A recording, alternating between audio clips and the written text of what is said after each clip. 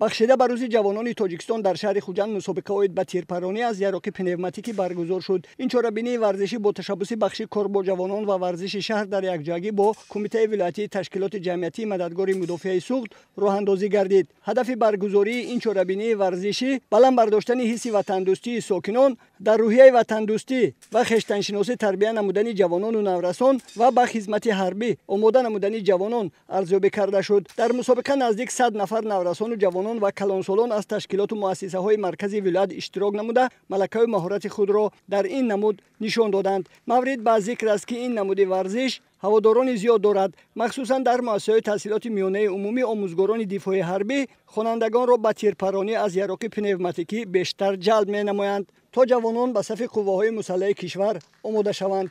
мусобиқа ҷолибу шавқовар ҷараён гирифта, ҳакамон ғолибону ҷоизадоронро дар се синну сол ҳам байни мардҳо ва ҳам байни бонуҳо муайяну қадрдонӣ намуданд.